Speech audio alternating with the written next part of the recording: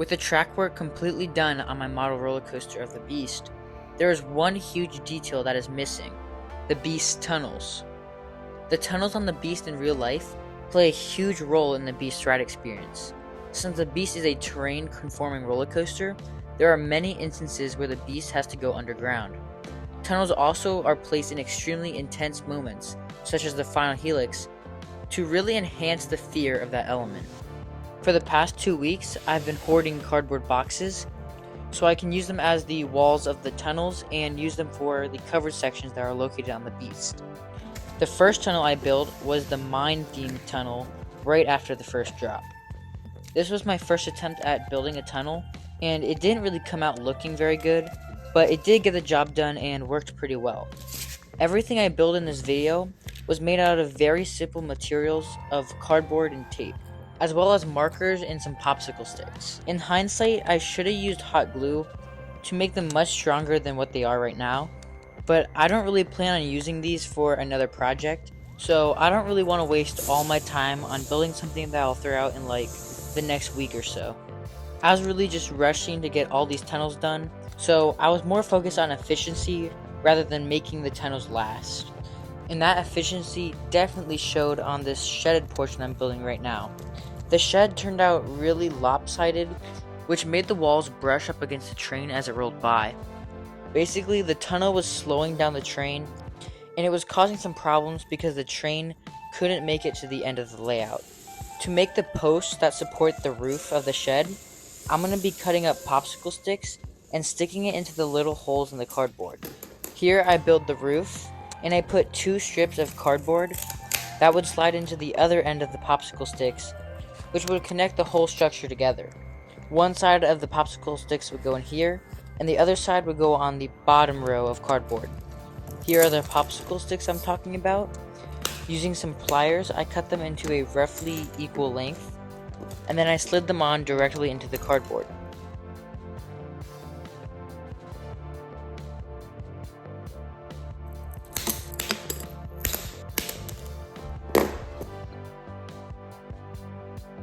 After getting all the poles into place, I then had to attach the roof, which took a lot of time because I had to finesse every single pole into the right place.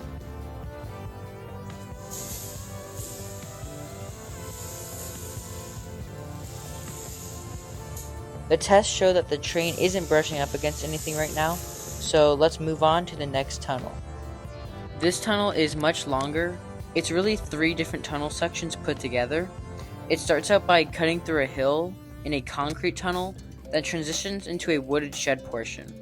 Then it cuts back into the same hill in another concrete section. This was the hardest tunnel for me to make because I had to use the cardboard boxes to make terrain.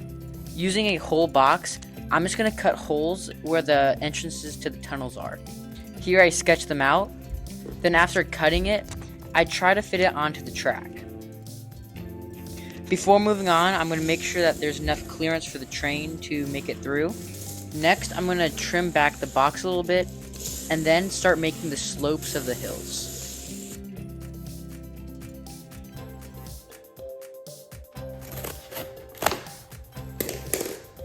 This box section is the body of the hill, and then I'm going to put the slopes off on all the sides to make it look like a gradual descent going up. I don't want the slopes of the hills to just be a straight piece. I want them to sort of go out to the side to make it look like the hill is much bigger. Next to the final Helix, this part of the ride is probably one of the most memorable parts of the entire coaster. It gets super loud in the tunnels, and it's also just really disorienting. And at night, it sort of jump scares you because you don't really know when it's coming up in the darkness. And then you just get this deafening scream coming from the train and the riders when you reach the tunnel. It's just a really cool experience. Something funny I noticed about Kings Island just in general is that Mystic Timbers, the ride right next to the Beast, is what I can only describe as a roller coaster enthusiast hive mind. 9 out of the 10 times I would go on Mystic Timbers, I would hear someone say the most obscure roller coaster knowledge ever, as well as just people noticing the roller coaster references on the station walls. However, I would say that the Beast is sort of a runner-up to Mystic Timbers in that sense. Mostly I see super diehard older fans that seem to know everything about the Beast. The type of people who would describe their experience on the Beast during opening day in 1979. And to me, it's just really cool to see people so passionate and something so niche. Now back to the build. I added a wood texture on the outer tunnel wall, and I'm now cutting the roof. In this picture, I noticed that the Beast tunnels have a red roof, so I went ahead and started painting all the tunnels with a marker. I left this roof detached, just in case I may need to access the trains if it gets stuck in the tunnel. Finally, I want to smoothen out this front face by adding another slope. And that's the second main tunnel complete. So let's go ahead and give it a test run.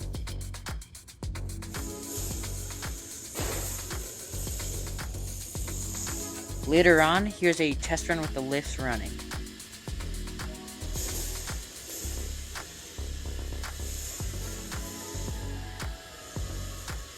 So what happened there was the train brushed up against the sides of this covered portion. I managed to fix the problem in the end by having some bricks hold the tunnel in a straight position.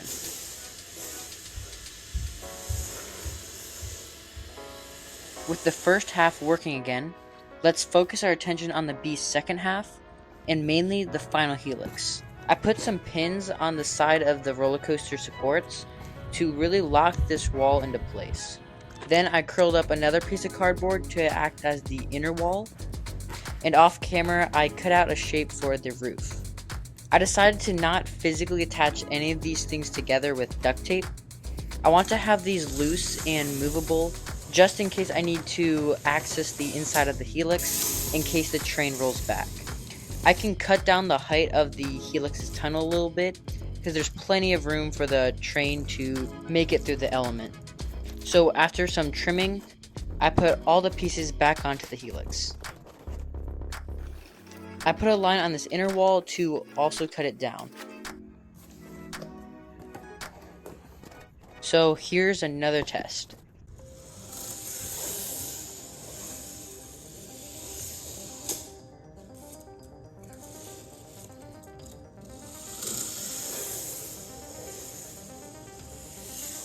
With the wall shape complete, I want to detail the walls with a wooden texture, as well as paint the roof a red color.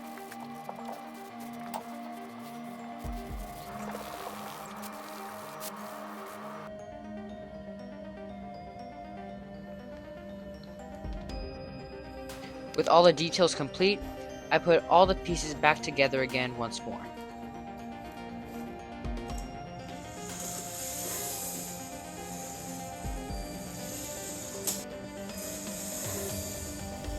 The last detail I want to add in this video is add these braces that are found on the real ride. These don't really add that much support on my model, they're really just there to look good. I put on all the hinges, and then I connected them up with the remaining pieces I had. With that done, I completed the final helix and the second half of the Beast.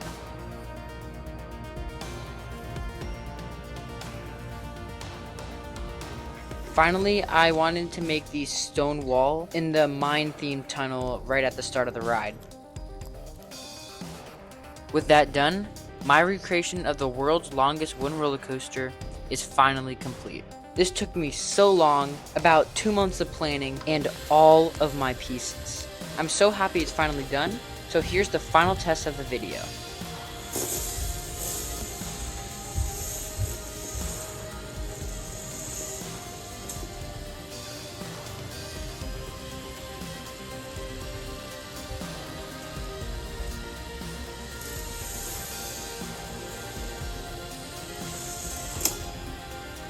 I want to make one more video of the Beast, showing off the entire coaster running, and just making an epic music video to really show off the legendary aspects of the ride.